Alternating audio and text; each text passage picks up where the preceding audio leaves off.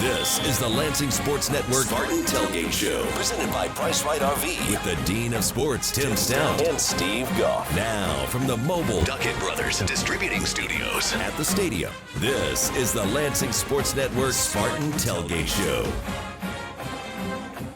Coming to you from the studios of the Lansing Sports Network, this is the Lansing Sports Network Spartan Tailgate Show, brought to you by Price Right RV on Classic Rock 94.9 MMQ and 1240 WJIM, Lansing's Big Talker. Let Price Right RV show you how to experience all Michigan has to offer in a new RV. It's time to get out and enjoy the outdoors while you still can. Visit Price Right RV in DeWitt on Old 27 and PriceRightRV.com. Don't plan your vacation. Own your vacation with a new RV from Price Right. See Doug and his team and tell them we sent you. I'm your host, Steve Goff from the Lansing Sports Network, joined by the longest tenured sports broadcaster in the state, Tim Staudt. You can catch him on the Staudt on Sports radio program weekdays from 10 to 1. The guy joining us on the phone is no slouch either, the inimitable Fred Heumann from WILX Sports. Hey, how you doing, Fred?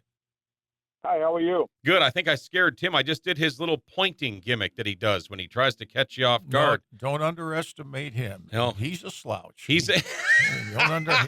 Don't say he's no slouch. He can be a slouch really well. Don't underestimate that. You hear that? You're going to take that from him, Fred? Well, I take a lot from Tim. You have no idea what goes on in this television office. Yeah, I agree with that. He's right on there. It's probably better for the public that we call keep it that way. Cheap Shot City, believe me. Oh, man. If you put a camera in our office on some days, I'm telling you, that would be an instant hit on YouTube. I bet it would be. Well, it's always good to have Brock Palmbush in the middle of you two as well, and he's holding it together behind the glass for us today. Hello, gentlemen. We're on the air till 2 ahead of the 3:30 p.m. kickoff in our studios powered by Duckett Brothers Distributing. They never drop the ball. And, well, my friends, 3-7 after Week 10. I don't think this is where we expected this team to be, but it's kind of become a broken record. It's an inability to finish games, and in some cases, just not really get the ball moving. But for the second straight week and senior day to boot, Elijah Tautoliver stepped up and led his team in rushing. He also led the team in receiving, which is a little concerning. Tim, start us off with your thoughts on what you witnessed last Saturday. You sound a little down. You've been picking on me all week. Now, listen. You sound a little down today. I'm a little bummed. Well, what I observed last week was the best weather for the final game in Spartan Stadium to end the season I can ever remember. Mm-hmm. And believe me, I can remember being over there bundled up with 9 layers and freezing like crazy. And yet there were fans that were older and looking more fragile who went in there because they're not giving up their home Spartan football game. That could be an issue next week, of course, although I see that the weather next week is supposed to be sunny and 35 degrees. And I asked Brock on the air this week, if they'd have played at home, this is next week, and I get that. You asked about last week, why would I ever follow? Sure. But would they have had more fans in Spartan Stadium, 35 and sunny, which it'll be for Michigan, Ohio State, as opposed to Ford Field? I guess that's next week. What I saw last week, to be perfectly honest with you, didn't surprise me a whole lot other than the very first play from scrimmage when Tolliver ran 57 yards for a touchdown, and I thought, does Penn State want to be here? And our own Owen Ozist, who we have on, he said during the week on the air, he said when he was on the sideline watching these teams warm up, he said Penn State, the body language didn't look like they wanted to be there at all. But then they scored on their first drive, and I think they thought, you know what, maybe we can win this game. And they did. What about you, Fred Heumann? What are your thoughts on the activity on the ball field? Well, I disagreed a little with Tim. I thought State had a real shot to beat Penn State, and I'm a little surprised they lost by the margin they did, although I don't think that score was really indicative of the competitiveness of the game. And I think Michigan State's quarterback, Alessio just got beat up. And I wonder how effective he can be today after that beating he took last week. But, I am in the bigger picture, I would have never guessed. I understand that Western Michigan wasn't a great win, and Boston College, which everyone here thought was a really good win in September, hasn't turned out to be as good. Boston College has been terrible, and Youngstown State isn't even at the same level. But I would have never guessed, even at 3-0, that they would lose 7 straight. This has been really stunning to me, and I don't think it's going to get any better this afternoon playing at Iowa City. I know we'll get into that, but this has been frankly kind of a shipwreck.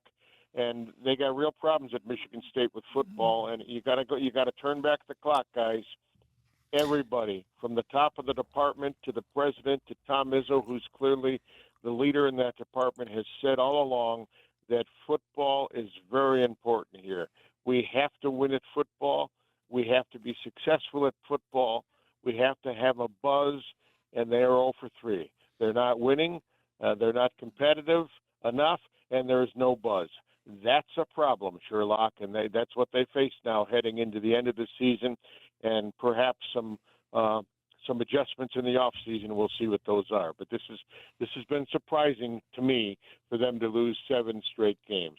They have not gone winless in this conference since 1958. Wow. I was 1 year old at the time. They have not gone winless in the conference. I think they got a shot to beat Maryland at Ford Field, but I don't think today is their shot. And I don't think a 4-7 or a 4-8 finish is probably what anyone envisioned either. And I don't think that's satisfactory. You go to the same press conference as I do, Fred. Do you feel the energy kind of going out of the room at this point? Well, I don't come on a show like this to bash anyone. I don't feel a lot of energy from Jonathan Smith in this program, and I don't think that means he's a terrible coach or a bad guy. He's a nice guy. I'm sure he has a quality background, a quality resume. I do not see the passion in him. I do not see the distaste for losing. I do not see his emotions change whether they don't win much, whether they win or lose. I don't even see him get angry. I don't see him showing emotion and hugging his players before the game. Let me give you an example. Not that this is everything, but you look at the emotion that the defensive coordinator, Joe Rossi, has brought to the sidelines. Mm-hmm. I mean, that man has passion. I'm not saying you have to jump around and throw your headsets to put on a show. I don't think it's a show with Joe Rossi. I think it means that much to him. I don't see that out of the head coach, and I think your leader needs to take that on, whether that's his personality or not, and frankly, I think that rubs off on the team. And that's my biggest concern if I'm Michigan State hierarchy moving to the future, is not what happens in these next 2 games, is this the guy that can lead you into the future to where you want to be in 4 years? That's their big question in the offseason, and I'm sure it's something they've already talked about. When I asked you about the energy, and Tim, I'd like your thoughts on this too, the energy that I see from the players is, I think I just get the sense that they're exhausted after every game. And it makes sense because they're having to work harder than probably they anticipated having to work. I mean, at this point, I think everybody thought they would be a little bit better than what they've shown. And I feel bad for players like Jordan Hall that come in there. Alex Van Sumeren, who, he just wants to play ball, but boy, he just looked exhausted the other day. Now, granted, when you're playing defense and you're going up against some juggernaut offenses or anyone, you're getting slammed around. It takes a toll on your body, but these guys just seem like they're 10 games in and they're just exhausted. Well, in the second half, they certainly looked that way because they were on the field all afternoon because Penn State made it clear that if we're going to win this game, we're not going to do it throwing on them, although others have.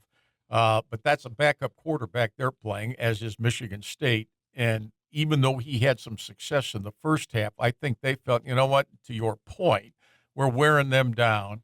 So they told their offensive line on this drive when it was 14-10, like Fred said, the game was, I was never convinced even at 21-10 the whole thing's over yet. Right. I mean, these guys are 0-6, although I think they're a misleading 0-6. I think they got some players, but they were going to push them back, and that clock went 9 minutes. And to Brock's point, you can argue that the last touchdown probably should have been a delay of game penalty because on the television screen, clearly it hit 0 and then he snapped the ball. Now, they still might have scored at some point there because they still had the ball with down and distance that worked for them. Tim, it was absolutely obvious. It was like a second and a half or 2 seconds. That touchdown shouldn't have counted. Like you said, They may have scored or kicked a touchdown or kicked a field goal, but still. But like Steve said, your point is they looked beat. And the defense was on the field. I mean, if you just got off after 9, and they're not running guys in and out because they don't have enough depth to begin with. Whether that's going to be a factor today against Iowa, stay tuned. Yeah. Oh, I think it's going to be a big factor. I don't think they have the defensive playmakers to get off the field, guys. I think that was an issue last week. I mean, they got a couple of good players, but they don't have a dominant defensive player that can make a big stop or make a big play to get the defense off the field. That's what's lacking in this team. And so they're out on the field a lot, and of course they're exhausted. And I think that's going to be a big issue today with Iowa playing at home, having lost 2 straight games, senior day, all the emotion. I think this is, I don't have many games in this schedule beforehand other than maybe at USC and at Indiana, where I thought Michigan State didn't have any chance to win. And I get that feeling today, to be honest. I think this is going to be a tough day for the Spartans. And Steve, I think around 6 o'clock today, I hate to say it, I think you're going to be a little bummed out. I might be. It's 7 o'clock. But then again, if DeWitt wins, I might be okay. He's used to it. Don't worry. He's used to it. Because it was the same thing a year ago. It's been the same thing for 4 years. The other thing is if your defense is tired because your offense can't move the ball, well, then get a takeaway. Get a turnover. Yeah, get some kind of turnover. And that's kind of what I mean, guys. They don't have that guy that can do that. They don't have that defensive guy that is going to make a big sack, make a big hit, get a key interception to turn the game around. And then they're playing at Kinnick Stadium today. They haven't won at Iowa since they won the championship there in 2013. I know they don't play there every year, but that's 12 years ago since they've won at Iowa City, and I don't suggest that today is going to be a day where you pick them. Not only that, Penn State got the turnover when it was 14-10. That's when Alessio, I thought they put him 6 feet in the ground, got a strip sack fumble, and so then, now they're all fired up because State's offensive thrust at that point is over. Yeah. And because they got a turn. I mean, I can't even remember State's last turnover that they got in a game, especially one that was noteworthy. Right. Well, there certainly wasn't any last week. Now, this is the Lansing Sports Network Spartan Tailgate Show powered by Price Right RV. In fact, that could have been our stat of the week. It could have been 0. But instead, our stat of the game is brought to you by Schupan Recycling, and it's 5 for 242, 48.5 average. 3 inside the 20. What are those stats? Those are Ryan Eckley's stats. And if he doesn't win the Ray Guy Award and every other kicking award this season, it's going to be a travesty. He has single-handedly or footedly kept Michigan State from losing by a lot more. And earlier this week, I asked Coach Jonathan Smith about him, and this is what he had to say. Yeah, he's been really consistent. He's talented, right? And so a lot of talented players, what makes them be so consistent is his approach, his maturity. I do think he's a good teammate in regards to knowing his role can be a vital factor, because it's not just about how far he can kick it. It's where he's kicking it, the hang time of it, and he's a talented, gifted player that can change field position in a hurry, and he's got a long future ahead of him, I believe, playing this game. That's from the press conference the other day at MSU. Fred, throughout the season, Tim and I have talked about Eckley's value to this team. What are your thoughts on the All-American candidate? Well, I think he's the Tim brought up on radio this week, or was brought up to him, that when they do the MVP, the Governor's Award for MVP, would the punter be MVP? And Tim says, no way you can make the punter the MVP. You can't make the punter. But clearly, whether he is or not, clearly he's their most valuable weapon. Mm-hmm. I think there's some sentiment toward that, but I tend to agree with Tim. How do you make an MVP a guy that plays, never mind once every 4 or 5 downs, maybe 5-6 times a game, 6 plays? You can't make him an MVP. Except that he's become an extra defensive player. Sorry, Fred. But when he kicked into the win against Penn State, he didn't pin him back. Yeah, and you're talking about a punter that plays 6 plays a game, maybe 7. Yeah. You hope only 3 or 4. I don't think you can put an MVP on him, but the point is they don't have many dominant players. He's the one guy at his position that's been dominant, and that's a plus for Michigan State. It does help them out tremendously, but they don't have enough of those kind of players on offense and defense, and thus we're in this bind, in this malaise where every week we're talking about, what happens this week. They haven't won a game since September 13th, and that wasn't even a Division I school, guys. They haven't won a game against a Division I opponent since September 6th. I mean, there have been some opportunities there, and they just don't have the players to make it. And that's again, that becomes their biggest challenge and their biggest question in the off season is can they get those players, and can this staff be the staff that gets that? A better world goes beyond recycling. Time to get you rolling with the Spartan Tailgate Show weather report in just a few. That'll be courtesy of WILX and brought to you by our friends at Feldman Chevrolet. You're listening to the Lansing Sports Network Spartan Tailgate Show presented by Price Right RV, live on Classic Rock 94.9 MMQ and 1240 WJIM. Lansing's Big Talker. Back with more next. Back now, it's the Lansing Sports Network Spartan Tailgate Show, presented by Price Right RV in the remote broadcast booth, powered by Duckett Brothers Distributing. Here's Tim Staudt, Steve Goff, and Alexandra Jai Wook. Welcome back to the Lansing Sports Network Spartan Tailgate Show, presented by Price Right RV. I'm Steve Goff, along with the Dean of Sports, Tim Staudt, Fred Heumann from WILX, and we are on the air with you till 2 from the warm and friendly Lansing Sports Network studios, powered by Duckett Brothers Distributing. Now, I realize we're in the midst of a 7-game slide now, my friends, and the negatives are out there in the press, in the stands, in the dirt sheets and mags, etc. But the coach in me does want to talk about the positives, always. This is just how I'm built, and it has nothing to do with bleeding Spartan green, Tim. I would not pick the Spartans over the 85 Bears, I swear to you. Well, that's a surprise to me right out of the chute. That's the first upset of the day.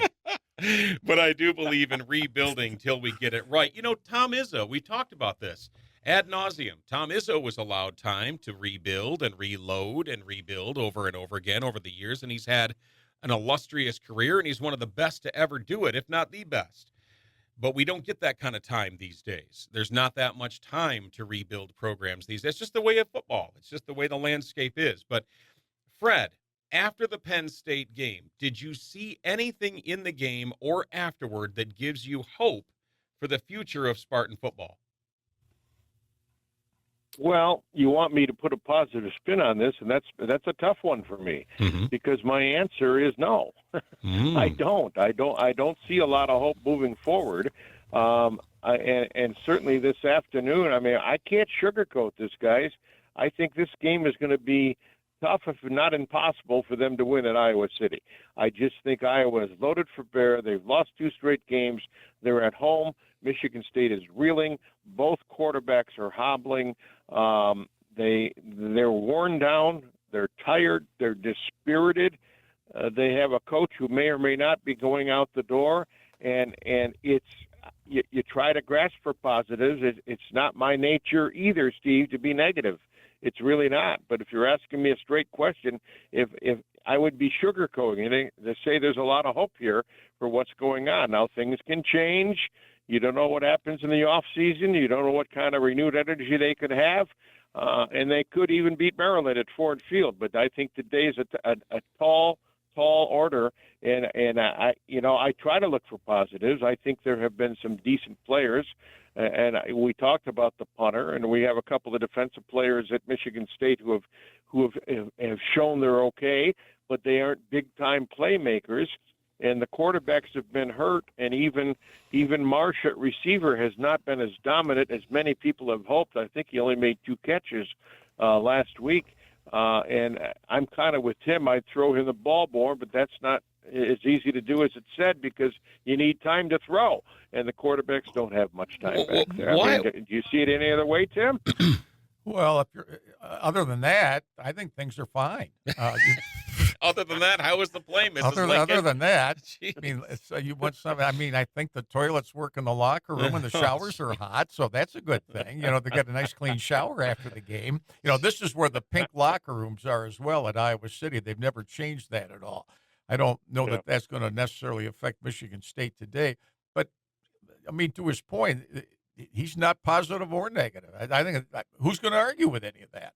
There's nothing to argue with, is there? What would you argue about that with? The only way you can change the argument is to win. That's the only way you can do it. And there aren't many people, I would think, anywhere legitimately that think that Michigan State can win today. The only thing is Iowa's not a big play, big strike, Ohio State, Indiana type of offense. They grind you down, right? And my sense is State's offense won't be on the field a great deal of the time like it wasn't last week, simply because Iowa can dominate, the line of scrimmage and the field of play. The other thing is Iowa remembers last year Iowa's worst game was in here and lost 32-21. And I think that plays a factor too. The last thing they want to do is lose to this bunch. This bunch is, this bunch is a train wreck, right? And they don't want that train to get back on the tracks today. Well, let me ask you both this question. Go ahead, Fred. Yeah, go ahead. I was just going to say, and the other thing is they don't have a healthy quarterback. If they had one of these quarterbacks that were healthy and playing well, I'd say they got a puncher's chance to pull off an upset there, but the quarterbacks are not healthy. Aiden Childs was in a boot. Alessio just got beat up. Yeah, he got beat up. I'm surprised he even stayed in the game that long. He just got beat up. Now, no, that's a week removed, and we don't see practices. But what is his mental state and what is his physical state? What happens after he gets drilled a couple of times, and then you got to bring in your number 3 quarterback? I'm trying not to be Captain Negative, but I don't see a lot of light at the end of this tunnel, at least for this afternoon. That's just as honestly as I can say. He makes me sound like Mary Poppins. Boy, he sure does. A spoonful of sugar, Fred. You can see where my influence is rubbed off over the season.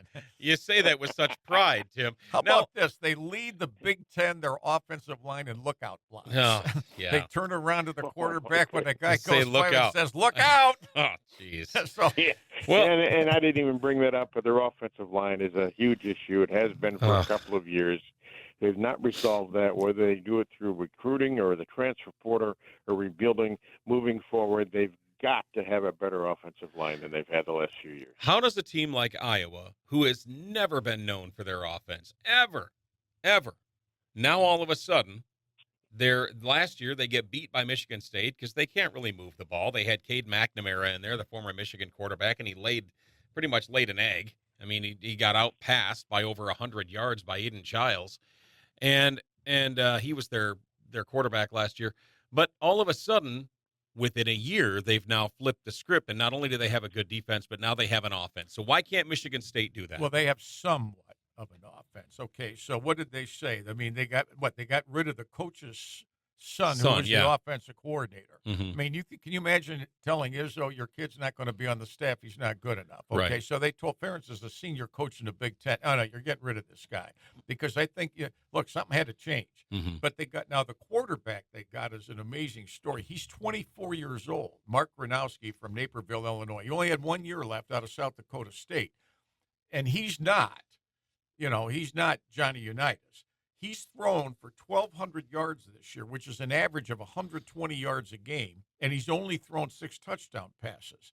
But what he does give them at 6'2", 235 is a running presence, because they've had no quarterback help for years now. And he's not the all Big Ten quarterback, but he's a marked improvement over what they've had. I mean, defensively, Phil Parker, the former Spartan, who's a coordinator there, that's been their strength.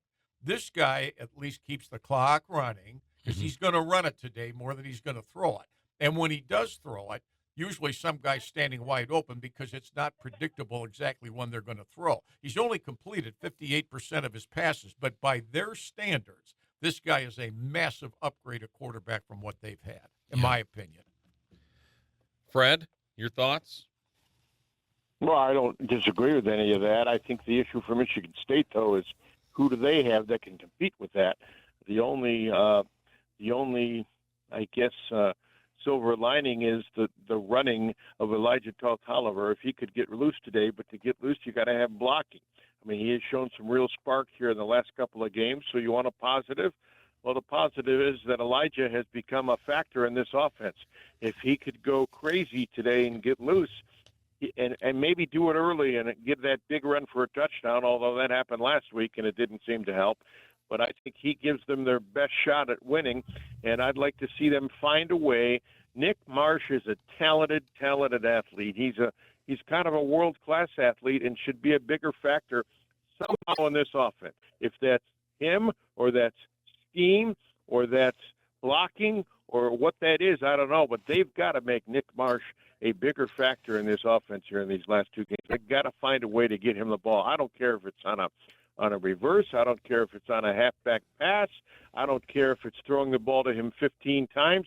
The guy's a playmaker. They got to let him be a playmaker, in my opinion. Throw a Hail Mary down there. See if you can get that. Just throw a Hail Mary, anything. He had 2 catches The for guy's 5 a yards. talent. Yeah, Any college in the Big Ten would like to have that guy on his team. They got to make use of him somehow. Well, this is the Lansing Sports Network Spartan Tailgate Show presented by Price Right RV. And Fred, you actually transitioned that for me really well, a great segue, because it's time now for our Coors Light Making It Look Easy play of the game.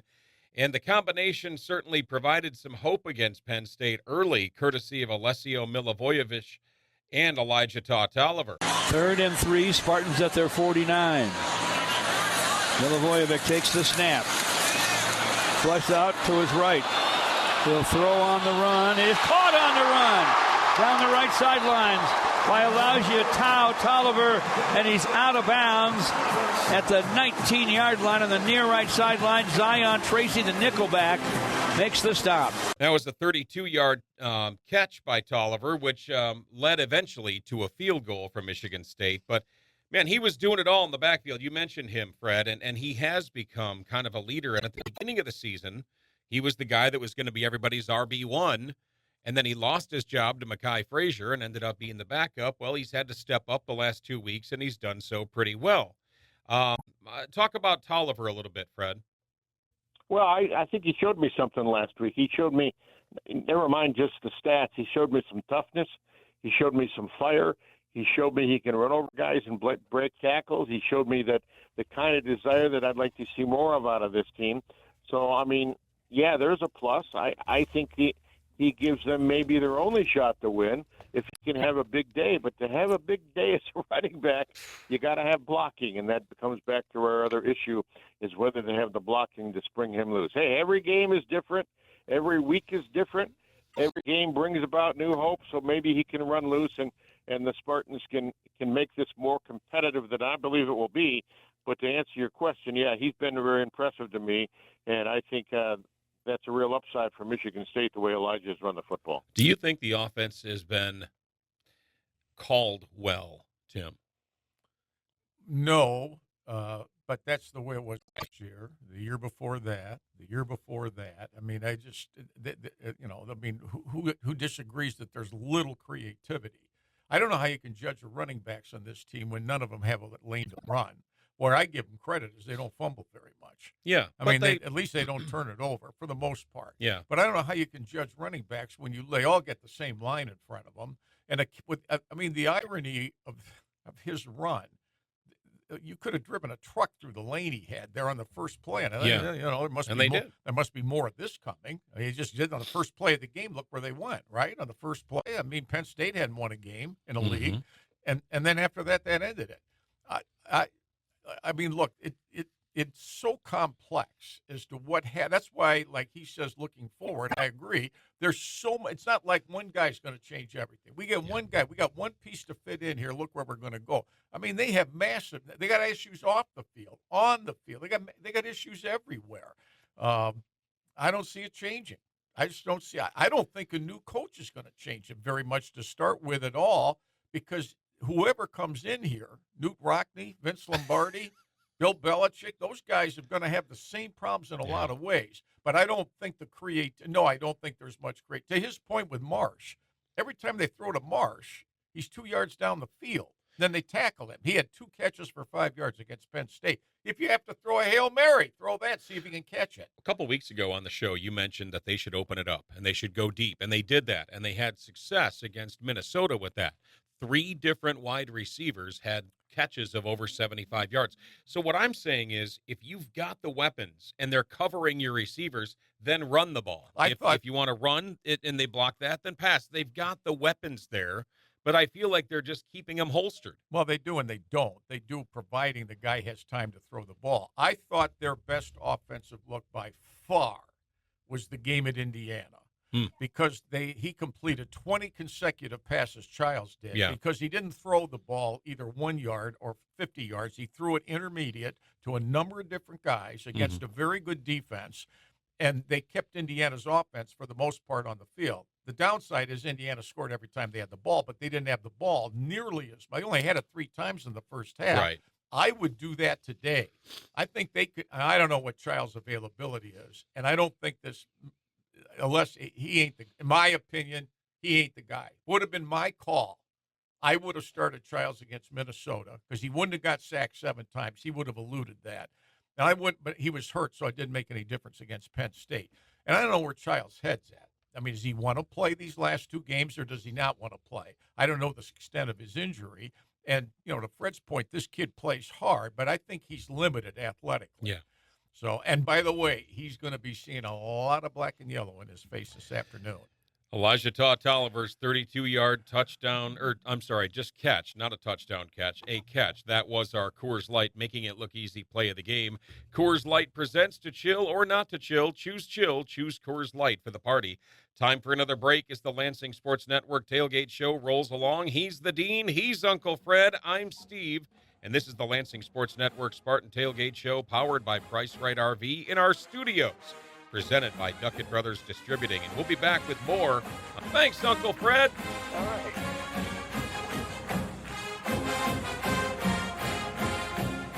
Back now, it's the Lansing Sports Network Spartan Tailgate Show, presented by Price Right RV in the remote broadcast booth, powered by Duckett Brothers Distributing. Here's Tim Staudt, Steve Goff, and Alexandra Jai-Wook.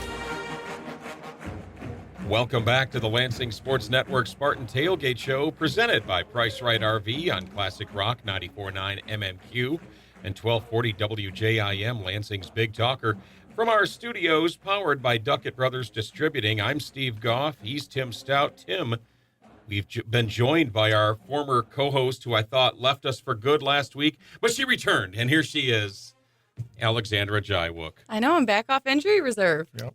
Great to have you back. Great we to be missed here. you. You did You it. guys. You left a giant hole for us to fill, and we had Owen Ozist. He did a good job. Are you playing at 100% today? We're playing at about 75. Wow. So if you hear me like a little wheezy, like the Toy Story penguin, just give me a little grace. But we're here. We're ready to throw some balls around and see what we can do. Talk some X's and O's. Well, today marks the 51st meeting between Michigan State and Iowa in a series that began in 1953 with a 21-7 Michigan State victory in Iowa City. So that's pretty good. They won like the first 3, I think. Is that surprising, Tim? Do you feel like Iowa is more of a football school and a place to play ball? Well, they don't have pro football because That's true. That state is a college sports state, and it's so much more Iowa than Iowa State or anyone else.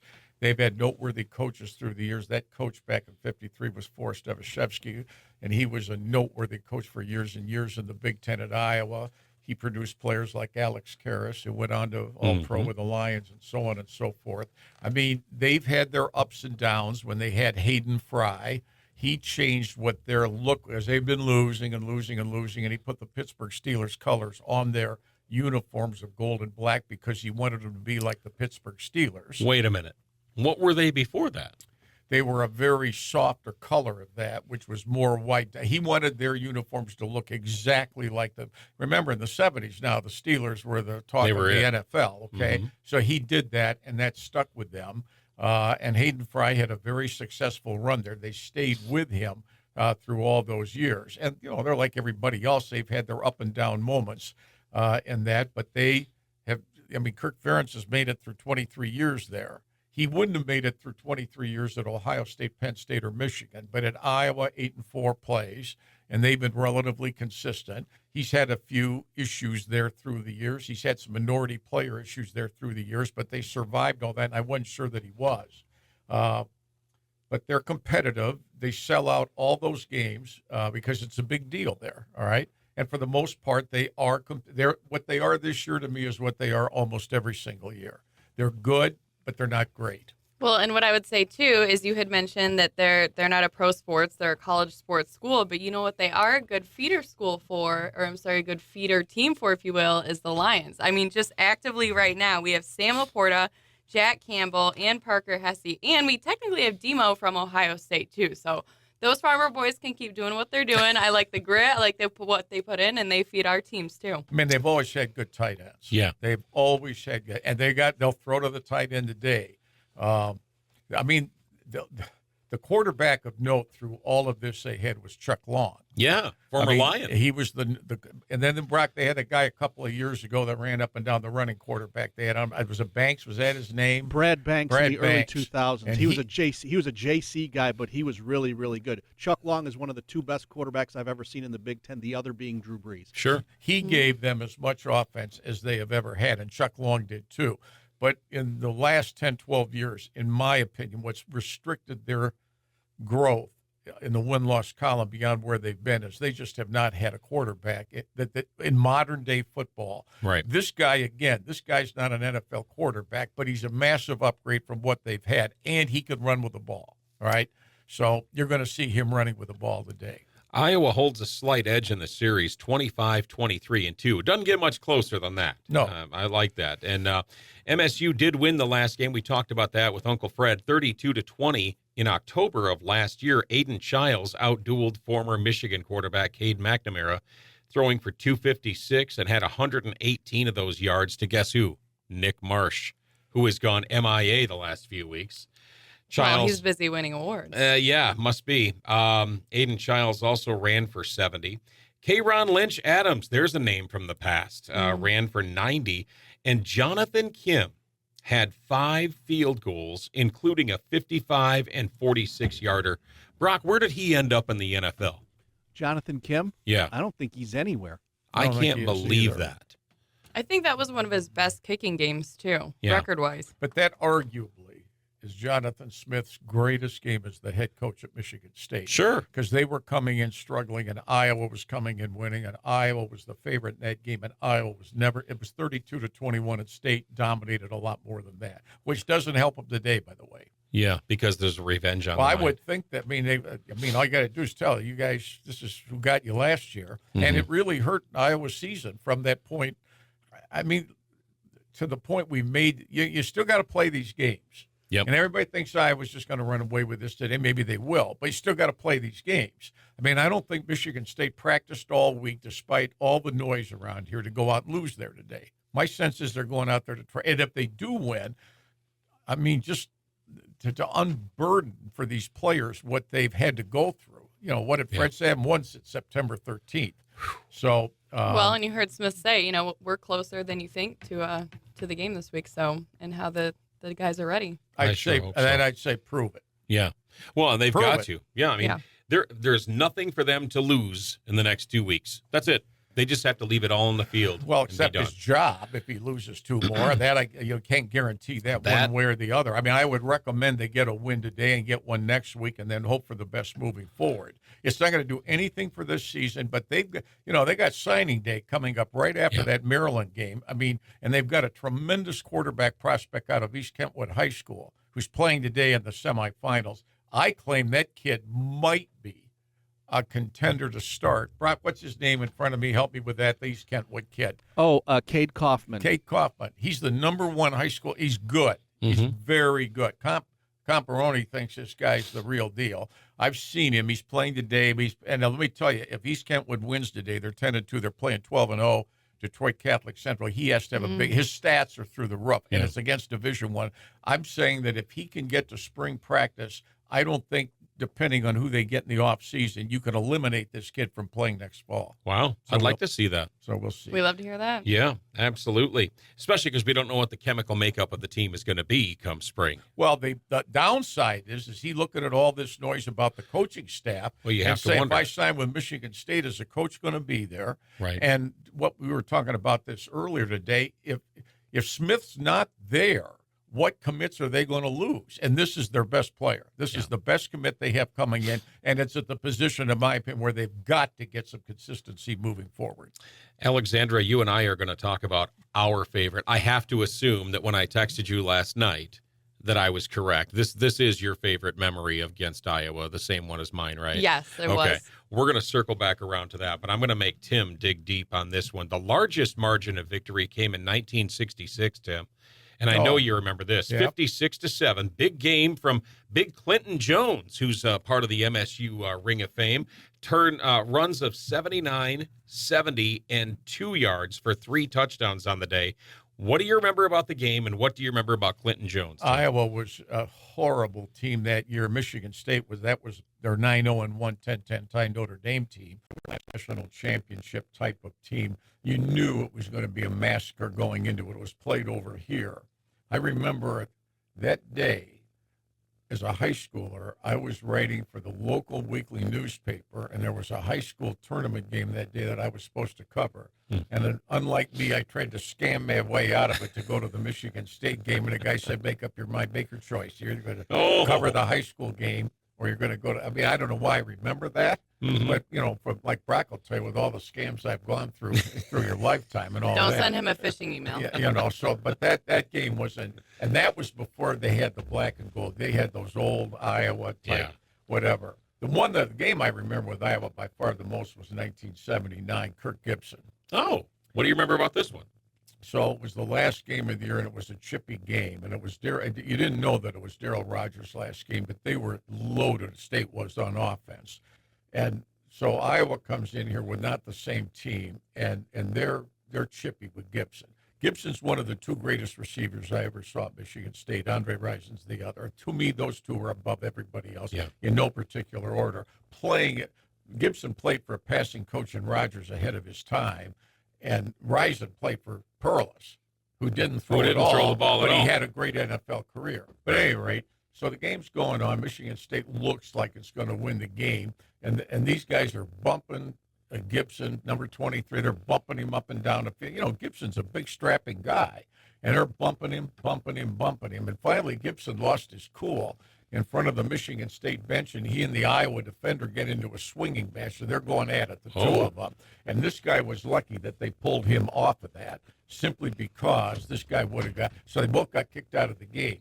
I'm sitting in the press box with Lynn Henning, who then was with the Lansing State Journal, not the Detroit News. He was a columnist, so he sat next to me, and he said, I'm going down. I got to get Gibson. He knew Kirk pretty well, because Gibson wasn't quite as, how should I say, his personality in college, he wasn't quite like he was as a pro. So in those days, the security wasn't what it is today.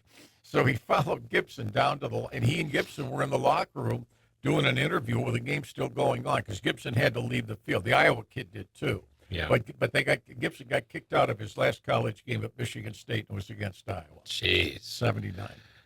Alexandra, that's a great story. First of all, I love Kirk Gibson. So, and we don't hear enough Kirk Gibson football stories. But when I texted you the other night, we talked about 2015. Mm-hmm. Now, I got to say, I've been to one Big Ten championship game in Indianapolis, and I was at that game. Oh, man. 22 plays, 84 agonizing yards, 9 minutes, 4 seconds.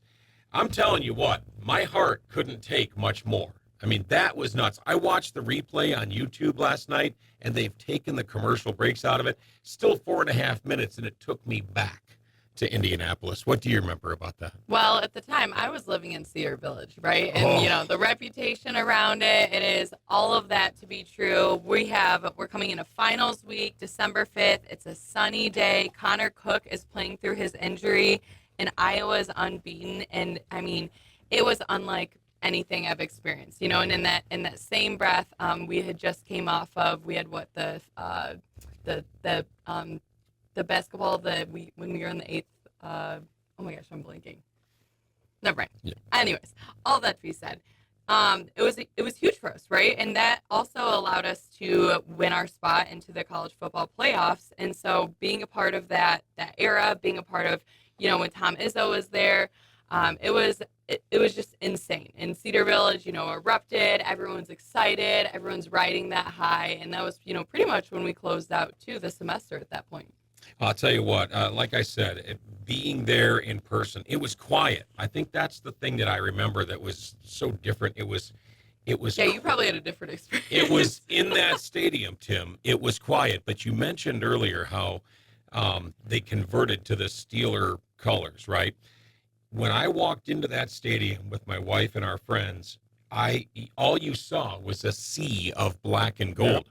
I would say it was probably 2/3 to 1/3 in terms of the crowd that was there. I don't know what it looked like on TV, but in person, it just seemed like it looked like Steeler Nation. Let me tell you. It was somewhat brutal to watch that game because Connor Cook was injured and he played anyway. So the game plan was to hand it off. Mm-hmm. So it's 13-9, and Michigan State hasn't done a thing on offense all night. Iowa hasn't done a thing on offense all night.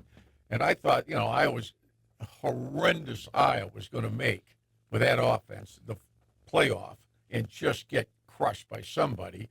So Cook's handing it off. You say, it took 2 days to get down there, and Iowa could never stop. They just could, and they knew that State's going to run the ball because Cook's injured. His ribs are bad, and he can't throw the ball. But they scored to win it. And they did throw a couple passes. And I thought, these guys are, be careful what you wish for. Yeah, you won the Big Ten title, and who knows when they're going to get another one, right? Mm. But that set them up to play Alabama, and that was a different animal. That sure was. But a lot of fun and a Big Ten title. Well, they won two of them. Michigan State. Right? Yeah, I mean, they've won two of them. You got to give them that. Yeah, absolutely. LJ Scott, not sure what he's doing now, but boy, he was a hero for quite a while after making that twisting and turning play to win the game for the Spartans. Actually, what I felt was more agonizing was the last minute and a half of the game where they had to hold Iowa. Seconds. Yeah, whatever it was. That was enough to induce some palpitations. The irony of those Big Ten title games, the first one with Wisconsin was a thrill a minute, going down to Russell Wilson at the end of the game. Right. And they lost. Then Ohio State, they play, and they're undefeated, ranked number 1, and somehow, some way, Michigan State won the game. But Michigan State had a really good team, too. That team was really, really good. But that was, you just kept waiting for against Urban Meyer. They're going to come back at Michigan State. They didn't do it. And, I mean, but that Iowa game I thought was agonizing to watch because neither one of them could move the ball because they struggled on offense the way they did. It was quite a sight. It sure was. This is the Lansing Sports Network Spartan Tailgate Show presented by Price Right RV on Classic Rock 94.9 MMQ and 1240 WJIM, Lansing's Big Talker. Kickoff takes place at 3:30, and we're here till 2. Back to kickoff hour number 2 of the show next. Back now, it's the Lansing Sports Network Spartan Tailgate Show, presented by Price Right RV in the remote broadcast booth, powered by Duckett Brothers Distributing. Here's Tim Staudt, Steve Goff, and Alexandra Jai-Wook. Welcome back to the Lansing Sports Network Tailgate Show, presented by Price Right RV here on the Lansing Sports Network, Classic Rock 94.9 MMQ and 1240 WJIM, Lansing's Big Talker. I'm Steve Goff, along with the Dean of Sports, Tim Staudt, and Miss Alexandra Jai-Wook back in the saddle. Brock Palmbush keeping us on the air behind the glass in our studios, presented by Duckett Brothers Distributing. All right, Tim, let's get you out of here. We have a special guest coming in to take over for you in just a few minutes. We'll introduce him in a minute. But let's break down the offensive and defensive keys to the game, fueled by Ohana, Asian American Sushi Restaurant and Bar. We'll start with the offensive keys. What things does Sparty need to do to take control immediately of today's matchup? Well, I think part of it's going to be who plays quarterback, because it's different when Childs, in my opinion, plays, because defenses have a hard time containing him. I'm going to assume he's not going to play. No, they said it's Alessio that's starting, and then they'll rotate possibly if they need to. Yeah, but he could play. Yeah, he could. Yeah. I mean, he could play. I mean, if they're down 21-0, what do you have to lose? Okay. The problem, to me, Iowa's defense is like Indiana's defense. And when Michigan State played Indiana, I thought that was Brian Lindgren's best idea. He said, we're going to throw it short. Or we're just going to try to dink it down the field because the clock's running and Fernando and the boys on offense are off the field. That worked in terms offensively of keeping them off the field. The problem was when they got on the field, they scored right away. But he completed 20 consecutive passes. So what has to happen to do something like that today to kind of have your offense on the field, even if you're not scoring? In Alessio's case, assuming him, I mean, I hit that. To me, they have to throw short, which they did, and they probably will by choice because they can't protect him long enough to throw the ball down. And he's not going to run. I'm assuming he's playing banged up today. I mean, somehow, some way, they got a jury rig away to keep, well, they can't turn it over, which they're pretty good at to this point. They haven't turned it over very much at all. But I don't think you can rely on your punter to kick it 8 times to the 5-yard line. You gotta move the ball. I think today they have got to figure out a way, if they can do it, to get a minimum of 24 points. And even then, that might not be enough. That's the offensive side. And look, run those running backs in there. You know, the other thing is ask your offense, how bad do you guys want to play today? Are you sick of losing? I mean, for what we designed for you to do, you got to rise to this. You got to play over this, okay? If you want to win, you got to play over it. Now, whether they can do it or not. Well, and we know, too, Iowa's going to come in and play conservative as well, so we can't rely on them to make, a bunch of fumbles and mess up with penalties, They too. are going to run the ball. They are going to run the ball. They're going to run at us. The quarterback will run for them, and he's good at doing it. But they'll throw it like Penn State threw it with that kid 13 times if they can do it, even though they know they can probably throw on state secondary. I don't see them throwing 25 to 30 times today because they probably won't have. They only need, how many points do they need to win this? You only need, 30? You said Michigan State needs 24. Well, at a minimum. Okay. So what is your take on that, on the offensive side of the ball for Iowa? How many do they need? Well, here's the other thing. Is Iowa going to turn it over once? Are they going to give them a free one? Because nobody they get no turnovers. State they need a break. Yeah. I mean, you can complain about the officiating forever, but that's the way that works. But get a turnover. Give your offense the ball at the 15-yard line. Right. If nothing else, you'll get 3 points out of it, and that hasn't happened. I kept thinking Penn State's going to turn it over. They are going to turn it over, and State's going to get a free one, and we're going to the wire. And then they never did. Right. And the one bad turnover was against State when it was 14-10, and that changed the game. I mean, that's the other thing. Does your offense have to do everything? Do they have to go 80 yards on every drive? Because they can't do that. And they're not going to do it today unless you get, some kind of a weird play, weird injury, weird officials call, weird fumble, weird interception. And that you can't predict. I think a lot of this is attitude-driven, too. And you got to have your players with your attitude. Okay, how bad you guys want to win? Well, let me ask you that because you've said several times throughout this year that you're not sure Michigan State has the talent to compete with these teams. I don't think they have any talent close so maybe to what these they guys need. are giving it their all, but they're coming up short because they just don't have. Well, you're going to have Ben Shockley from Channel 10 on here in a moment, and he's been on the sideline for every home game. He's been down there. We're going to grill the living crap out of him. He can tell you anything you want to know about their bench decorum. He's seen it before the game, after the game, when he comes into the office on Monday.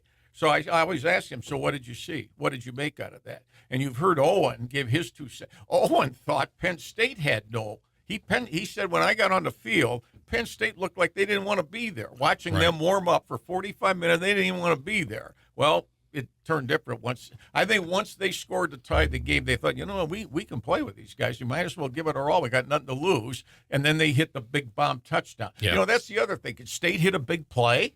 Well, that leads us to our defensive keys. So what needs to happen? Get a turnover. No. What needs to happen for Iowa Michigan State on their defensive side? Get a turnover. Help our offense. Give them something.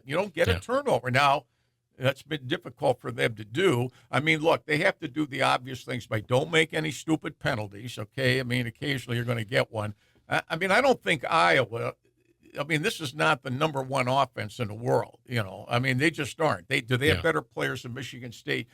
I think they do, but I don't know that there's that much difference with the quarterbacks. They design what they do for him to be successful. He's 235 pounds, and he sprints out, and he knocks 3 guys over. This. When you ask me every week about the offensive defensive keys, man, this ain't an easy fix. Play with 13 guys on the field, see if you can get away with it, okay? It's not an easy fix. I think they have a better chance to hang into this game with their defense and hold the score down if they're going to hang in there. They got to win in my opinion, they got to win a low-scoring game. They can't let Iowa go up and down. State doesn't do that. State can't score like that. Correct. You saw them against Penn State. They can't move the ball. They had 1 first down in the first quarter. They had 1 first down in the first quarter against Michigan, and those are home games, right, against interim coaches. They had 1 first down in the first quarter. How do you think you're going to win that? Now, is State going to come up with something different today that Iowa hasn't seen? We'll see. Maybe they'll play Alessio and Aiden at the same time. I'm begging Lindgren and begging Coach Smith now. CJS, if you're listening, now's the time to pull the trigger on that. Well, we don't Put know how Aiden bad out wide. I don't know how bad these guys Happy are feet. hurt. Yeah. Let him run. Because if you saw the TV shot of Alessio laying on the ground with his helmet on, I was amazed that he got up, and then I was amazed he They went back in the played game. him, yeah. I can't believe they put him back in the game. He's a Chicago kid. He's built tough. He must be. He's He must be. And on the sideline with his helmet off, he didn't look like he was in distress either. He did on the field. You could see it through his helmet. He was I thought they in broke him. distress. I thought they broke him in two. Yeah. So he is a tough kid. Well, those are your keys to the game, fueled by Ohana Asian American Sushi Restaurant and Bar. Tim Staudt, the legend himself, he's going to hand off the headset to our friend Ben Shockley. It's an here. upgrade for the show. Well, you said it, not us. It's an upgrade. Now you got Alexandra back and you got him. Well, jeez. You got it easy now. I sure do. Let the youth lead the way. No, let him give you the keys to the game. He's been down there closer to this than I have. They're still next week. Don't you worry. No. You're going to talk yourself right out of a gig. All right. Our friends at Playa Bowls are this season's proud sponsor of our drive of the game. And, Ben and Alexandra, not many choices from the past week. And it certainly didn't take up more than, 10 seconds. But I felt that quick touchdown drive for Michigan State was about the only drive of note, one play or not.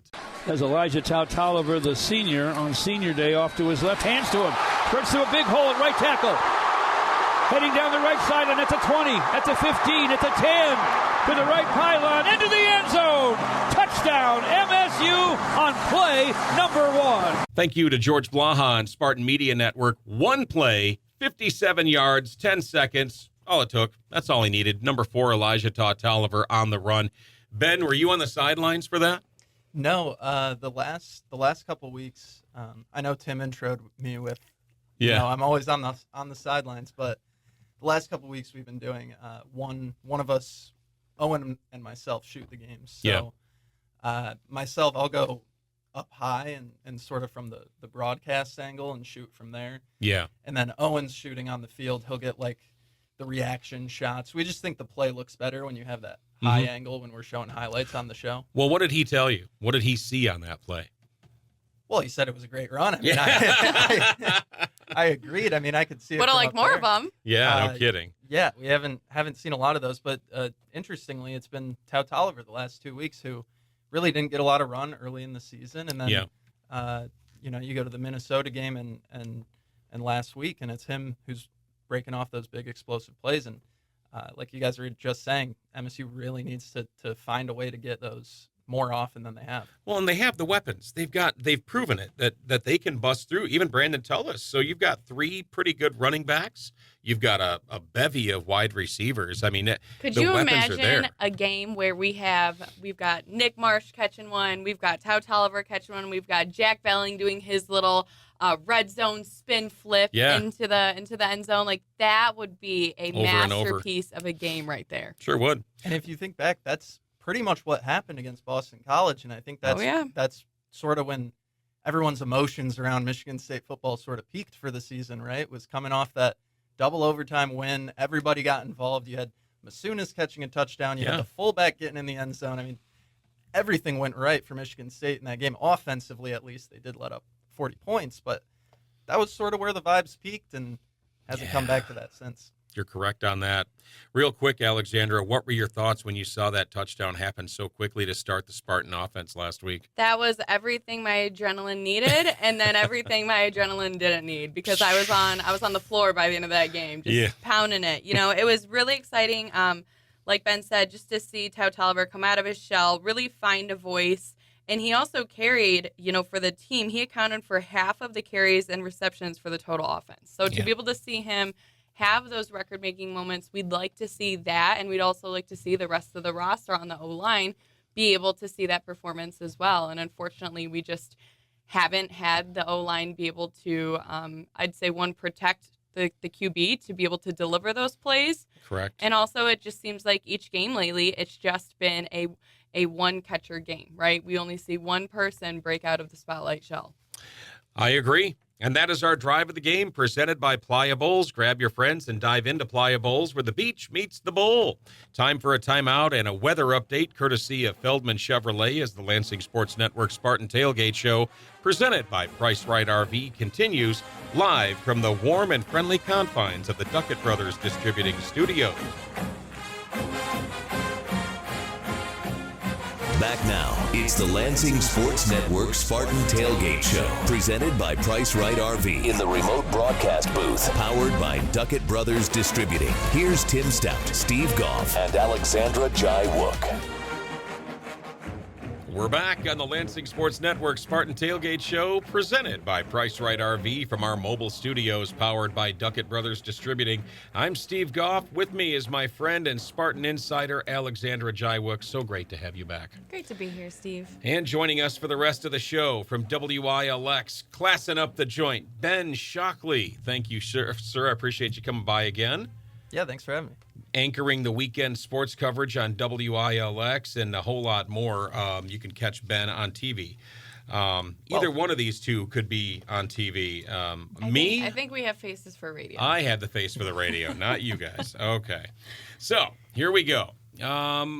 This is the Lansing Sports Network Spartan Tailgate Show, and we do talk about football a lot, but I wanted to talk for a minute about the success we're having in the other sports. Because right now, there's a real great momentum on campus. Would you agree? Yeah, I think the winter sports season, just in general, is going to be sort of the time of the rest of the year to watch Michigan State sports. I mean, the men's basketball team off to an incredible start. Obviously, two huge wins, Arkansas and Kentucky. Women's basketball hasn't necessarily played that level of competition, but undefeated, looking good. Yep. Against weaker teams. And then the hockey team, I mean, just rolling right now through everybody. No pun intended. Yeah. Yeah, they've been something else, too. And women's volleyball, you've got the gymnastics team. I mean, the list goes on and on. There's quite a culture here. I'm hoping that, I don't know how you feel about this, Alexandra, but we've talked to Jay Batt quite a bit and President Guskowitz out there at Munfield. I'm kind of hoping that Coach Jonathan Smith can take some solace in the success that we have in these other sports. Maybe help him build up his confidence that he's got a cushion there. He's got other coaches that have his back. Yeah, I spent a lot of time over the weekend picking fights with the people down the street. And really what I've been saying is we're playing checkers, not chess right now, right? We just came off of picking up an incredible recruit on our basketball team. To Ben's point, we have incredible momentum on that team. Hockey, same thing to the rest of the sports. By default, we are not meant to be down for forever. We won a Rose Bowl. We have won a Big Ten championship. We have quite a few. And all of that to be said, there is room to prevail. And I think that when you have also the other leadership from the other sports surrounding these players, you don't have a culture to be down for long. Yep. And so I think that as long as our fan base stays supportive, and that's a responsibility for us, right? And we have to continue pressing into that, and we have to continue to also support the other teams as well, because they will all ride on that same wave. Mm-hmm. Well, and again, I mean, we have to look at it from a realistic standpoint as well. This isn't the 90s. This isn't the 80s. This isn't the 70s. There's not a lot of time, at least in the culture of college football, to build a program the way we would like to build it organically and develop these athletes from being young student athletes to more experienced. Mm-hmm. We don't have that kind of time anymore in football. In basketball, we kind of do, because Coach Izzo tends to recruit guys that are going to stick around for a few years. Right. You had that player in Kansas who he played, 4 schools before he got to Kansas in the transfer portal? Yeah. So there really isn't a lot of time. But again, that's more responsibility for us as a fan base, for us as broadcasters, as media analysts, that we have to ensure that regardless of the angle, yes, we can be truthful, but we do also have to, still stay loyal. Mm-hmm. And I think that that's a hard thing to do, but at the end of the day, you cannot call yourself a fan necessarily if you're going to put a bag over your head when things get hard. You don't do that to your parents when they get divorced. You don't need to do it when your team is going through some things. That's a good analogy, Ben. Well, yeah, and I think the old-time wisdom, right, in college football just in general was the minimum amount of time that a coach gets is 3 years. Yep. And obviously that's prior to the transfer portal, and I think what Cignetti has done at Indiana has sort of accelerated everybody's expectations to where, the portal's out there. Why aren't we competing in year one under a new coach, in year two? Yeah.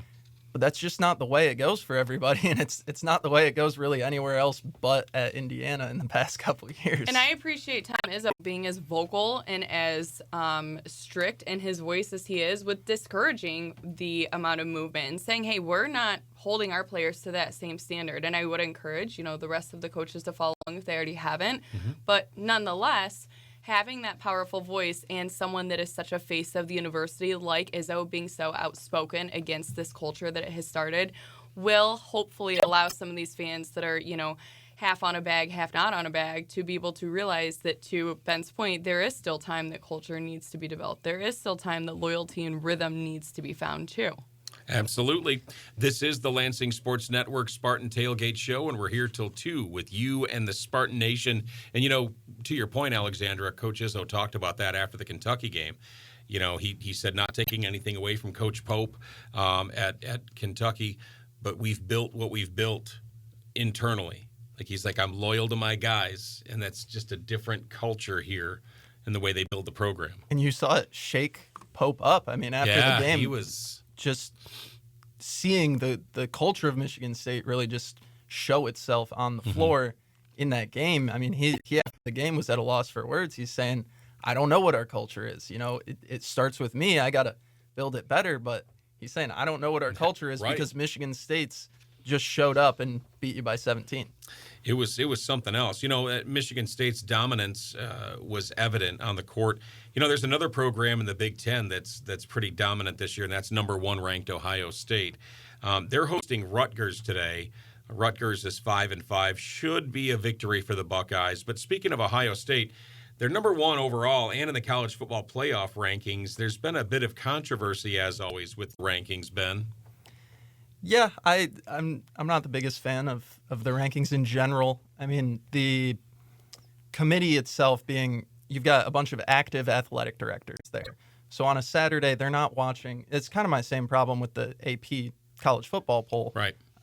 Because, you have media members voting on it that are very devoted to covering one team every Saturday. They're not watching every college football game that they can on Saturday. And that's, obviously, I understand it. Owen and I spend 8, 9, 10 hours every Saturday covering Michigan State. So it, for us too, we're pretty Michigan State centric in our knowledge. But the playoff committee, the athletic directors that are sitting there, half of these guys are trying to figure out if they can raise $50 million to buy out their coach. And then they're going to go a couple days later and say, these are the definitive top 25 teams in the country. And we have the best system for determining it. I just don't see how that can be. Well, what do you mean? On Tuesday when we saw the State Farm Championship game, they were all like, oh no, the new committee member is going to change things. We're going to get a fresh look when they announce the rankings. Doesn't work like that? No. It's crazy you say that. I think there's a way that they'd like it to work and the way that it actually works. It's a flawed system, and they're doing the best they can, I guess. How do you guys see Oregon and USC shaking out today? That's really interesting. I like Oregon a little bit more in that game. It's two teams that have been the offenses are really fun to watch. I think Dante Moore is one of the best quarterbacks in the country for Oregon, and that's primetime. That's a great game. Yeah. Alexandra, your thoughts on that? I'm gonna have to echo what Ben said. I was quite the vocal, outspoken hater against USC earlier this year, and just by nature, I like Oregon winning. I like what they put into the team. I like how their coach leads the team, so I'm going with Oregon as well. I'm at my heart wanting to see USC win for a personal reason, and that is because my DeWitt Panthers, who are in action today as we speak in their game, Oregon's quarterback beat DeWitt when DeWitt was going for back-to-back state championships. Yeah, he was at Detroit King and played pretty well. DeWitt almost won that game, but Dante was outstanding. Well, I think USC was not outstanding when they just absolutely rushed the field after our player got injured. So that's my qualm to pick with them. All right, so you want to see Oregon just annihilate. Okay, I got you. That's fair. That is fair. But no, to your point, I'm a Dante Moore fan. I really have been since King. And he was great. I love seeing a guy, a Michigan guy, a Detroit guy, anyone from our state that can go out and. He's not just been one of the best players in the Big Ten. He's probably looking at being a first-round draft pick and all these things. That's just fair. Cool to see. I would like to see that too. Again, out of any athlete from our state, except for perhaps the quarterback from down the road. But that's a different discussion. This is the Lansing Sports Network Spartan Tailgate Show, presented by Price Right RV. She's Alexandra. He is Ben. I'm Steve, and we're going to take a quick break as the Lansing Sports Network Spartan Tailgate Show rolls along. And in our studios, powered by Duckett Brothers Distributing, I believe we're going to take another quick look at the weather, courtesy of our friends at WILX. And then we'll be back with more on Classic Rock 94.9 MMQ and 1240 WJIM, Lansing's Big Talker. Back now, it's the Lansing Sports Network Spartan Tailgate Show, presented by Price Right RV in the remote broadcast booth, powered by Duckett Brothers Distributing. Here's Tim Staudt, Steve Goff, and Alexandra Jai-Wook. Welcome back to the Lansing Sports Network Spartan Tailgate Show, presented by Price Right RV. I'm Steve Goff, along with Alexandra Jai-Wook and WILX's Ben Shockley. We're on the air with you till 2 from the warm confines of the Lansing Sports Network studios, powered by Duckett Brothers Distributing. So it's actually very warm in this studio. It always is. But we are here talking about the game today, which you can catch, of course, right here on the Spartan Media Network. Will Tiemann and Dalton Shetler will have some pregame activities for you happening. And then George Blaha and J.U. Kalkrick will take over for the call of the game at 3:30. Now, it is time for some injury updates. That's right, Steve. It's now time for the GL Wilson Heating and Cooling Spartan Injury Report. GL Wilson Heating and Cooling in Lenox, because comfort, like football, is best enjoyed when everything runs right. And just waiting for more info to come in. But we know for sure that Alessio will play. Not sure, what's going to happen in terms of the length of time. He got pretty beat up over the last couple of weeks. 9 sacks. 9 sacks? Go ahead, Brock. 9 sacks. 9 sacks. Could see Leo Hammond today, because we're not sure if Aiden Childs is going to play. For people who don't know who Leo Hammond is, he's the true freshman. He was the quarterback recruit from the last recruiting class. He is literally a true freshman, planning on redshirting him this year. And I guess they can still do that at this stage of the season, because what's the rule, Ben?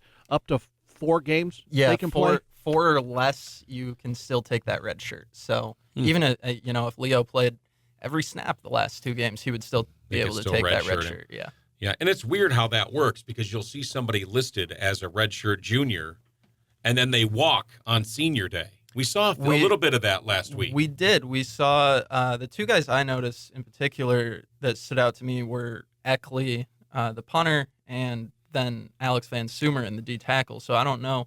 I think Eckley, my thought with Eckley is he's probably looking at the NFL. I don't know how beneficial it is for a punter to transfer. And if you're punting in college, I feel like Michigan State's honestly a pretty good place to be now, right? We just process them through. Yeah. And always seem to have really good success. And he, of anyone, deserves whatever he can get in the NFL. Well, Steve, State has had good kickers and punters going back to the 1970s. Oh, absolutely. Morton Anderson. Mm-hmm. Ralph Mojenko, Ray Stakowitz, just off the top of oh my goodness, who is it? Greg Montgomery, the late Greg Montgomery, unfortunately. Paul Edinger. Yep. My girlfriend's husband, Matt Coughlin. Matt Coughlin, yeah. There you go. It's been a series of amazing kickers in the world of football. And punters. And punters. And if you want to punt, and punt a lot, come to Michigan State. Lansing's a good place to be. at least until 2030. Right. Yeah. Jeez. Oh, my goodness. But yeah, the other guy that walked that surprised me was Alex Van Sumer. And I'm not sure, some guys just want to do it because they finished their degree or whatever. He is a redshirt junior. I imagine he finished, he's graduating from MSU. I don't know if he's a guy who's potentially looking at the portal or trying to take a pro opportunity. His brother plays with the Eagles right now. I mean, if you look at Alex Van Sumeren, he looks like a man among boys a lot of times out on the field. He is huge. He's a beast. And, he led the team in tackles last week along with Jordan Hall and Wayne Matthews III. Yeah, he's been our pick for quite a few weeks. Yeah, I love that kid. I like because he went to school where my son went to school in a tiny town up in Essexville, Michigan. But beyond that, though, he's really brought the energy the last 4 years. His brother had a different route getting here. Oh, yeah. Ben was recruited out of Garber High by several schools. He had offers from like 5 or 6 and committed over and then committed and rescinded.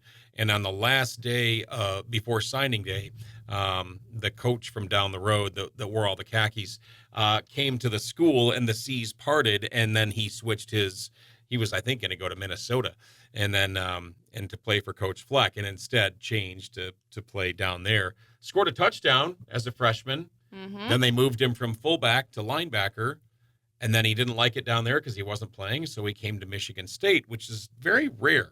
You don't see a lot of kids switching from the maize and blue to the green and white. Every now and again. Or vice versa.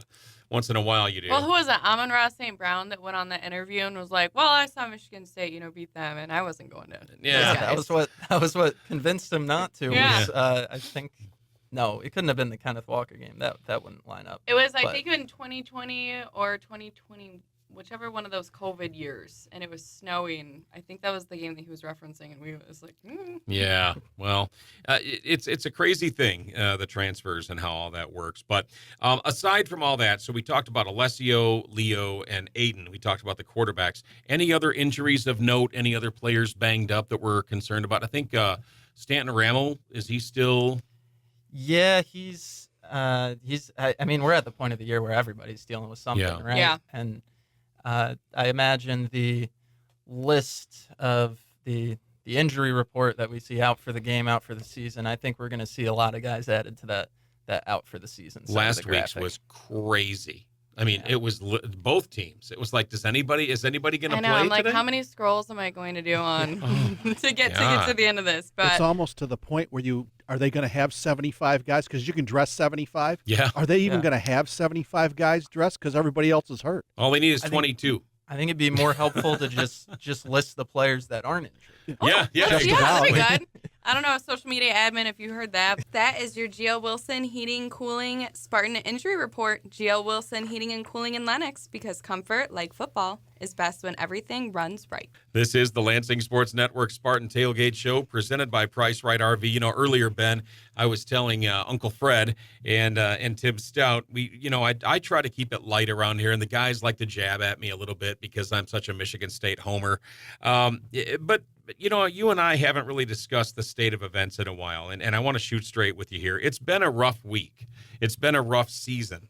And rather than to continue to kick the program while it's down, I'm just wondering, is it time for Spartan Nation to kind of look at the cards that we've been given and allow Coach Smith a little bit of grace in light of these circumstances? What's your take on that? I think the question is worded well, because I think that the context of the kind of program that Michigan State was when Smith took over is important when you're talking about the job that he's done, or making a case to make a coaching change or anything like that. Michigan State was down when he came. I mean, Mel Tucker did not have this program in a great spot. Obviously, we find out now that he had this program in a bad spot and was doing it illegally. Potentially not to his knowledge, but at least to the knowledge of one of his assistants, and that, always comes back to the head coach. But he knew. just like that guy on the street didn't know, Isn't that interesting? Yeah, it's interesting how we can not know things that we know. Yeah, and to your point, right? Ben's eye rolling at us. Bottom line. It falls on, no matter what happens in a football program, the NCAA has established that whatever happens in a football program is the responsibility of the head coach, one, to know about, and two, if it's wrong, it still falls on them, even if they, quote unquote, didn't know about it. Right. But that context is important when talking about whether or not you think Smith has done a good job, because while the returns aren't what anyone, is wanting to see, he didn't take over in LSU. This isn't Kalen DeBoer coming into Alabama that was just, right, in the playoff the year before. Very good right? analogy. This was a team that was 4-8 when he came to town. They were 5-7 last year, and this year, looks. What's the best they could do? 4-8. Yeah, 4-8 again. Yeah. So, would you like to see progress in year two? I think everybody would. I don't know. I don't think they've shown any progress in year two. I don't think the offense has gotten better. I don't think the defense has gotten better. I don't think we've seen individual growth from a lot of players. Like, I don't necessarily think Marsh is a better receiver in year two than he was in year one. I don't think Childs is a better quarterback in year two than he was in year one. And so that part of it is concerning to me, the lack of development from individuals, but it's still quick. It's still quick. And like we talked about a little earlier, it's year two. Well, didn't Dan Antonio not really turn things around either until after year three? Yeah. Right? But he, again, we had a different culture back then, and you're coming off of... Absolutely right. Yep. It was the best of times. It was the worst of... Oh, wait, no, that's... We're not reading from a big novel. Actually, Steve, they could finish 5-7. Because they're 3-7 right now. Right. Oh, yep. Technically, you are correct. Because you can't. I mean, the game hasn't been played yet. You can't quite put Michigan State losing to Iowa in the coffer just yet. If they finish 5-7, I mean, you have to. And that's a big if. Let's be real. It's a big if. But I mean, think about it. If they would have won some of these games that they've lost, that they should have won, but then lost to some of the bigger teams. We might have been okay with that. We might have been okay if they were 6-6. We might have been okay if they would have at least shown up on some of these games. I think Spartan fans would probably be okay giving Smith another, largely would be okay with giving Smith another year if he went 1-8 in the Big Ten and beat Michigan. Yeah, that's agreed. And you've seen the same press conferences I have, and as I said to Uncle Fred earlier, Jonathan Smith is acting as if he's like, we need year three. We need year three. And he seems, I got to respect, the guy's level of confidence in a recruiting class that's not graded very highly, but he seems to think that they just need another year and another recruiting class to get things going the right way, right? He's not saying next year he thinks they're going to be 10-2. I mean, even after the last game, he was saying, I'm not thinking we're going to win 7-8 games, but I'd like 3 or 4. Yeah. And I don't know. I'd like a little emotion, but you guys didn't put me on here to be a poker face coach. No, exactly. I mean, honestly, I would like to see some more. I think most people would, but you can't. A tiger can't change its stripes, right? You can't. No. But he is who he is. And it's who he was at Oregon State. I mean, they had Oregon State fans were saying he didn't care, and that's the guy who played quarterback for your team. And I mean, if there's anywhere he was going to care, right, it was Corvallis. Not saying he doesn't care, just saying he's not that outward emotion kind of guy that really shows how much he cares. I think he does care, and I think it is important to him. Clear eyes, full hearts, can't lose. Time for another break as the Lansing Sports Network Spartan Tailgate Show rolls along. He's Ben, she's Alexandra, I'm Steve, and we will be back in our studios powered by Duckett Brothers Distributing with our final segment and picks on Classic Rock 94.9 MMQ and 1240 WJIM, Lansing's Big Talker, next. Back now, it's the Lansing Sports Network Spartan Tailgate Show, presented by Price Right RV in the remote broadcast booth, powered by Duckett Brothers Distributing. Here's Tim Staudt, Steve Goff, and Alexandra Jaiwook. And we're back for our final segment on the Price Right RV Spartan Tailgate Show from the studios, the warm studios. Oh, they are warm. My goodness, powered by Duckett Brothers Distributing. Ben Shockley from WILX, Alexandra Jaiwook to my right, and I'm Steve Goff. Well, Ben, appreciate you being here today. And Iowa is in our sights today. It's not necessarily what we want looming in the distance, but we're stuck with them. and we're in desperate need of a win. That first step in regaining the confidence of Spartan Nation, really, I mean, honestly, nothing left for this team to lose. What are your thoughts? No, nothing left to lose, but also after last week, it's that point of the season where you question what you're playing for. Mm-hmm. And at this point, MSU's just playing because these games are on the schedule. They can't make a bowl game. Hopefully that turns into we're playing and we're going to see some development from some guys. We haven't seen much this year. I don't know how confident I am that we get to see that development, but that's certainly what they're hoping for. But no, a road game at Kinnick is never a good place to try to, learn some more things about. Yeah. Learn some more about yourself or anything like that. What's the body language like on the sidelines when you're down there? To be honest, the defensive body language since Rossi came down on the sidelines has been better. I mean, the defense still, we go through these whole games, they're still fired up and firing out of the blocks every single play. They get a stop. They're celebrating. They're pounding their chest. They're you see Rossi running halfway on the field, right, like dapping him up. Yeah. The offense reminds me of when I played Little League, and you would give up. You got whoever on the mound. He's not very good, but his dad wants him to try pitching, and you give up 9 runs in an inning. And you walk back to the dugout. And there's 2 ways you can walk back to the dugout. You can run back in and say, now it's time for us to get those right back, right? We're going to get some runs of our own. Or you can walk back and hang your head and say, well, that inning sucked, and now we have to play this whole game down 9 runs. To me, MSU's offense looks like the latter when they come off the field. It's heads hanging. It's walking back to the bench. It's, maybe you slam your helmet to show some emotion, but the heads are down.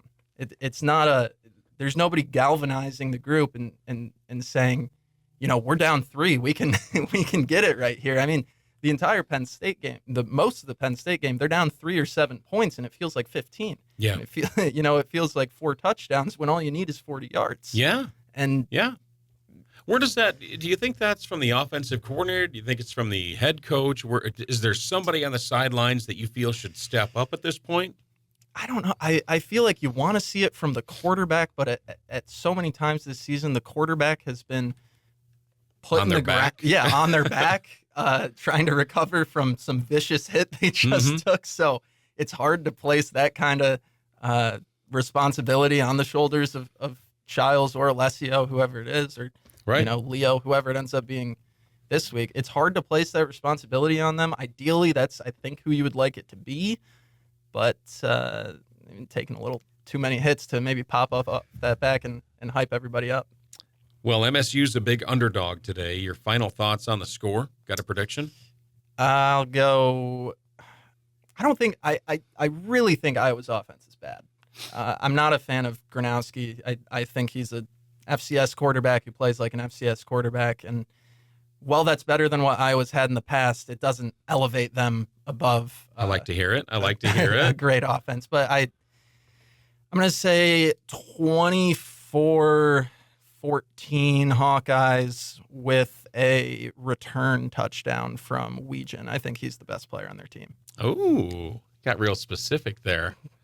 You don't need to be that specific, but I am going to ask you, what are your thoughts? Since they've struggled all season to score, what do you hope to see out there, and what do you think the score will be? Well, what I would hope to see is that we can at least have some sort of, momentum. We've only had 3 turnovers in the last 5 games. I'd like to see something happen there. Our defense forced a turnover, like Tim was saying earlier. And Iowa is coming off of 2 losses, and we know that they're going to play conservative, so I'd like to see some big runs right off of the gate. And I'd like to see us play with vengeance. I know that their stadium is very hard to do. I know it's loud. I know it's a sold-out game. But I would at least like to see some sort of passion. This is what's left. We're not dead. Unfortunately, we saw some pretty brutal videos go viral of Michigan State over the weekend where, it was a little empty. And for me, that hit home. Like, as a loyal Spartan fan, it made me mad. And I'm hoping that those on the team can at least use that as a driving force to say, we're not done yet. we've got some fire in us, and we're going to come back. We're going to get this win like we did last year, and we're going to, eat some bird for dinner. Final score? I am going to go 21-10, but I'd like it to, favor our side. Okay, I like it. I'm going to go 23-21, and I'm going to say Iowa. I hate to do it, but I'm picking against the Spartans this week. Is that a last-second field goal? Yeah. Okay. Yeah, 23-21. It's going to be a heartbreaker. This is the place to kick the field goals. And that's a wrap. Michigan State also needs to do one other thing.